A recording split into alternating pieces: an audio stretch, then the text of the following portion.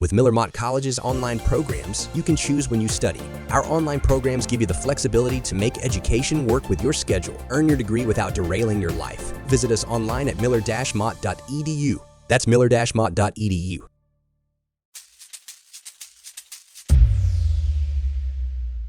Welcome to Bite-Sized Bios. This is meant to be a mini-sode that will accompany HDTH. Every week, I will pick a person from history and dive into their lives.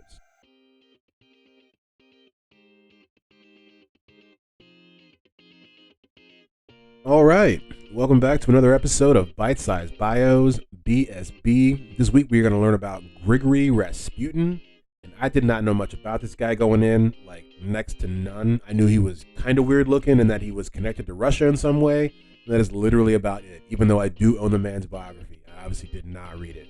Before we get to that, as always, this is the mini episode for HDTH, so we got to talk about last week's topic, tattoos. That was also a subject that I knew little about. And if you listen to the episode, then you know that I actually don't have any tattoos, which is probably why I know nothing about tattoos. We found out that they were common basically in all cultures and civilizations, and that most of the early ones were used as some form of acupuncture or to help with childbirth, especially in Egypt. The next evolution saw them being used as a way to mark criminals, and that is where the criminal aspect of tattoos really begins to take shape, because we see in multiple civilizations that is the way they mark their criminals, with some sort of tattoo. We talked about with the Russians, it's on their face. A lot of times it is on their face. They mark them with the word criminal basically on their face. And they actually, the people would take it and flip it and make it a, kind of a thing, like a rite of passage or a term of endearment for them, that it's a way that they could, say we're criminals, but we choose to be these guys, but they were forced into that. And as always, if you like what you hear here, as I would say, there is more where that came from over at hcdthappen.com. There you will find transcripts as well as the works cited. There was also a blog with interesting articles written by yours truly. Be sure to like and subscribe wherever you listen to this podcast. It really helps the pod grow. The goal is to be top 100 history podcasts on Apple Podcasts. Maybe by the end of the year. Who knows? We'll see. Give us 5 stars if you feel so inclined. Or if you want to give us 2 stars, explain why you didn't want to give us 5 stars. That is fine as well. But without further ado, as we're known to do here, we'll get to the episode.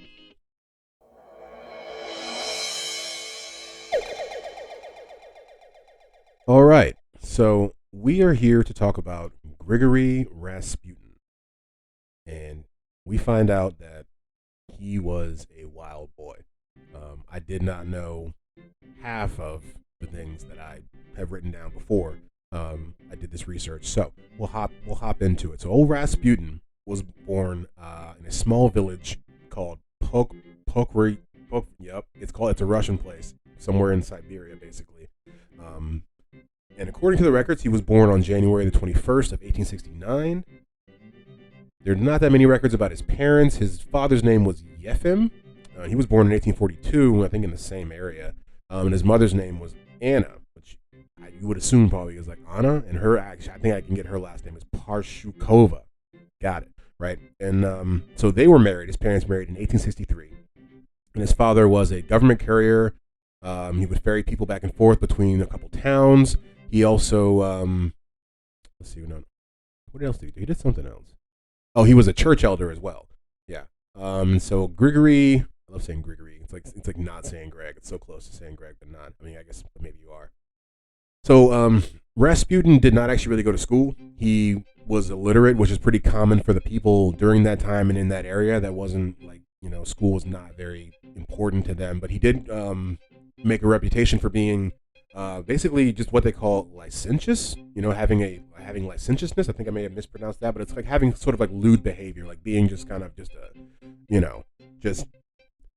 and so the lewd behavior is actually what earned him the name Rasputin, because I think his actual last name is Yefimovich, which if you know over there just means like son of Yefim. But like his name, that we all know him, it just means debauched one. It's Russian for debauched one. And he got married at the age of, I believe it was 18, ended up having like almost 9 or 10 kids with this woman who just stayed in the small town that they were in and never like came to like St. Petersburg and stuff, which when I read that, I was, I guess not all women are the same. I feel like some women would have been like, nah, us and the kids are coming, bro. We're going to, St. Petersburg and Moscow with you. Because when he went to those places, he got loose. But yeah, even before he married her, he was into some stuff. They say this is purported, not actually reported, that he was into maybe like orgies and stuff like that, and like in like the woods at nighttime with this group that was called the Kilisty, which is actually a Christian offshoot of Russian Orthodoxy. But they believed that, I believe it was that you had to purge your body of sin in some way. And this all happened in the woods, and then it somehow led to an orgy. I'm not sure how it connects, but I'm sure they have the literature if you want to check it out, because they said it's been around actually until, I think it's still around. It may not be practiced very, very much, but I think there is still a small sect. Let's see. So that's the beginning of his debauchery. Oh, his wife's name was Praskovia Dubrovna. It's a solid name. I just want to get that in there. And they married on February of 1887. But like I said, she stayed in that small town where they were at, and he just kind of went all throughout Russia and was doing his thing. He started to basically develop a following around the time that he left the town. And there is like a small story about how he maybe even did, or why he had to leave the town. They said he stole a horse. And that may or may not be true. And then he went and stayed with some Christians, and the Christians were like, you should really go off and, convert people and stuff like that. So he did. Before I get too far, he actually only had 7 children. Just want to get that right. But 3 of them only survived. I don't know why I said 9 or 10. It just seemed like a lot. No, I think that's why, because he was, I think, the 9th child, I think, of his family. I think that's what I read. I got the 9 from somewhere. And so by the early 1900s, Rasputin had developed a small circle of followers. They were primarily his family members and other local peasants who prayed with him on Sundays. And so, he would, once he had developed this, like I said, he would leave actually his small town and go to, I believe it was St. Petersburg first, and he would meet this guy named Arky. God, these names, man. If you listen to this podcast, that is my Achilles heel. It's like, why can't people just be named like Jason and stuff, or whatever? Not just, or Richard. I think Richard's pretty simple to say. But the guy's name was Archimandrite Theophan. And he was an inspector of theological seminary, and he was kind of the guy who he was the kind of guy who brought Rasputin into the inner circle of like Russian aristocracy. Kind of, he was so impressed with Rasputin that he invited him into his home, and he became one of Rasputin's most important and influential friends in St. Petersburg, and this is what allowed him to get into the salons, right, which is where people would just kind of go and talk. The really rich people would gather for religious discussions. So this is what kind of got him in the door, and everybody's like, yo, who's that dude Rasputin? Like, who was that debauched one? And he, if you haven't seen pictures, if you don't know much about him, he was a very disheveled looking guy, very, very weird looking guy. Like, he basically mastered the art of looking weird, and I mean that. Like, they said he could dilate his pupils like on like call, which is like, what? Who? Like, this dude is really out there, to the point where they make his eyes like look black and like freak people out. But like, so he was, very dirty, scruffy, piercing eyes, but very charismatic. And there was something that people were drawn to. Like, the ladies did actually love him. LL Cool R. Basically, ladies love cool Rasputin. But so he gets into the salons, he starts talking to the rich people, and they're just like, wow, I really like what he's doing. And then that leads to him actually meeting the Tsar of Russia, Tsar Nicholas. And he meets him at the Peterhof Palace. And the Tsar actually wrote down in his diary the day he met Grigori, or Rasputin. I probably would too, the day I met a guy like that. But he said in his diary, he said he had made the acquaintance of a man of God. That's basically what Rasputin was saying that he was. He was kind of basically, I don't know if he was saying he was Jesus incarnate, or basically that he was just like the next coming of the Lord, essentially. And so he begins his work as a faith healer for the Tsar's family, because their son Alexei was suffering from hemophilia, which hemophilia is a condition that keeps the blood from clotting. So even if you get like the smallest like cut, there's a chance of you bleeding out. And even weirder, like he implants himself into this family, and he does like the kids love him. They're trading telegrams or whatever when he's gone and stuff. And he even calls the Tsar and Tsarina Mama and Papa. I mean, this is a grown man with like 3 kids calling another grown man Papa. That in itself is a little weird. But he was a very divisive figure in the Russian court. But the Russian court had a propensity to have occult like clairvoyant type people. Like Rasputin wasn't the first one in there that they were trying to believe this guy was some otherworldly figure. Like he was just like the next one, who caught on basically, which is something that I thought was interesting because you would think if you didn't that he came in and just blew them away. Like they're kind of already people who just like, I don't want to say like, I don't know. It's like believing in ghosts and then seeing a ghost. It's not that wild if you already believe that they're there, but if you don't believe in ghosts and you see a ghost, it will probably blow your mind. You know what I mean? That's how I thought it was when Rasputin was coming into the court. But these guys were already like, yeah, dudes see the future anyway. So like, what do you see? And so he just kind of ends up taking over. There's different accounts to say whether he was making decisions and stuff. He definitely got to that point towards like the 1915 time. That was when World War I was going on, and Tsar Nicholas had to go and fight, with his people, the Russian people, out on the front line. So that kind of left, the decisions to be made by the Tsarina, and it was said that he was probably influencing her, mentally, maybe even physically, who knows. And but this guy was doing this stuff the whole time, and I would say similar to like most sex offenders. Like there were people being like, "Hey, that guy's doing some stuff," and I don't know if you've seen it, but he probably shouldn't be doing that, And everybody was like, "Nah, but he's a man of God," Like there are some stories, man. There are some stories that I would recommend you check out some documentaries that you almost just can't believe it. There's a story, I don't even know, because this podcast isn't like that. I don't really like to get down in the dumps too much here. But I'm not even going to mention it. But if you are into some weird sexually based Christianity documentary information, it's out there. He reached his pinnacle of power in like 1915. And he would even have the ability to like appoint church officials, cabinet members.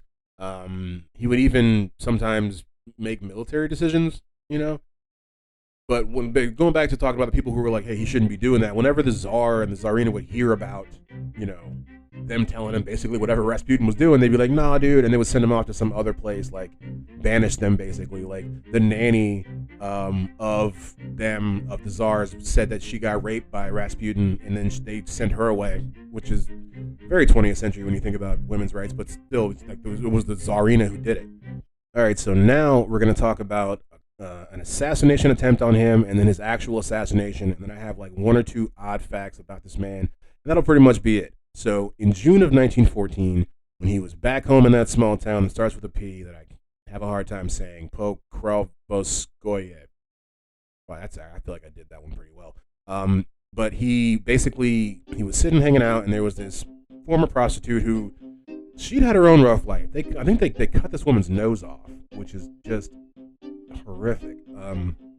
But so she had become a friend under a monk who used to be cool with Rasputin, but is no longer cool with Rasputin. So she felt like she had to, kind of go at this guy because she's a follower of the monk that he's beefing with, basically. And she runs at him and starts stabbing him up. She stabs him in the stomach and a bunch of times, and thinks that she's really killed him. Even digs in this man's stomach and pulls his intestines out of his stomach. You know what I mean? Which you would think if you get that deep in it, he probably is dead. She even, she's said to have screamed, "I have killed the Antichrist." But after surgery, Rasputin bounces back. He's back, y'all.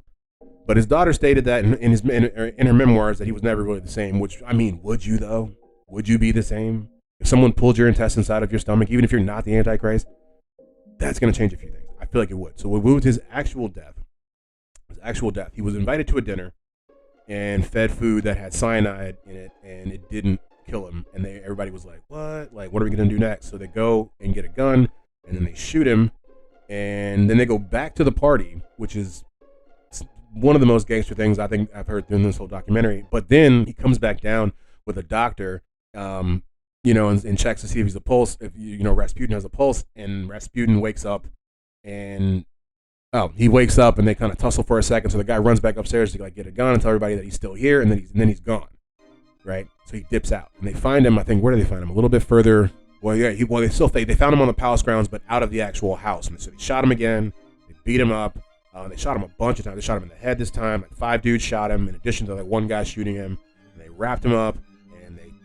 And this was the craziest part to me in the story when I was hearing it, because like, you think all this stuff happened like forever, 100, 200 years ago, and like, and you hear all this, and they're like, and then they put him in a car, they put him in the trunk of a car, and I was like, wait, what? But this is the early 20th century. Cars existed. These were rich people. They had cars, so they wrapped this dead dude up, who they thought was dead, put him in the trunk of a car, drove him to this river, threw him in this freezing river. That pretty much killed him. But they said when they found him, like, he had water in his lungs, which said maybe he's probably still alive when they threw him in the river, and that his arms were frozen in a way that looked like it was pushing up because he was thrown into an icy kind of river, like he was trying to push through the ice to actually get through. So it's like this guy just almost could not die, but he died.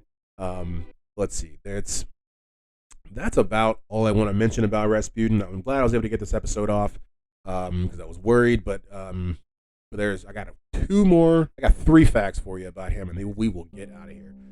He was reported to pick his own boogers and eat it in front of, like, at the aristocracy. Just no shame, just all about it.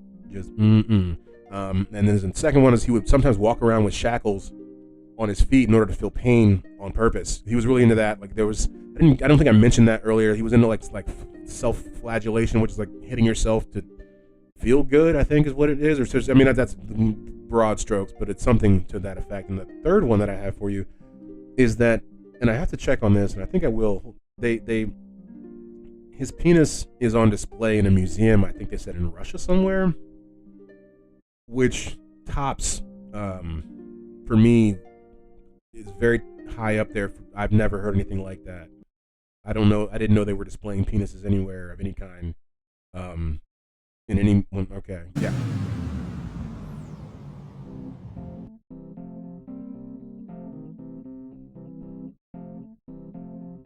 All right, that has been another episode of Bite Size Bios. We learned a lot about old Rasputin, and I will say I have looked into that claim of his penis being on display. There is one on display. The jury's still out as to whether or not that's actually his or not. Some people say it's that of a cow or a bull or something like that. It is massive. But yeah, if you love what you heard here, there's more where that came from over at hdthappen.com.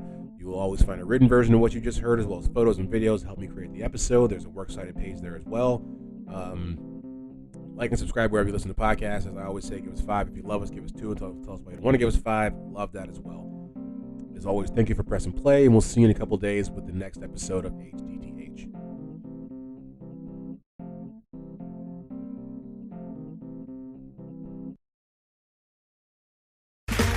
Okay, round 2. Name something that's not boring.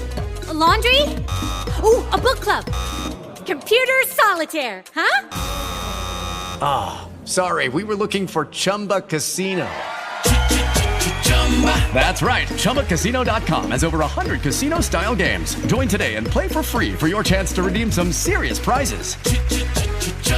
ChumbaCasino.com. No purchase necessary. Void where prohibited by law. 18+ terms and conditions apply. See website for details. Okay, round 2. Name something that's not boring. A laundry? Ooh, a book club. Computer solitaire, huh? Sorry, we were looking for Chumba Casino.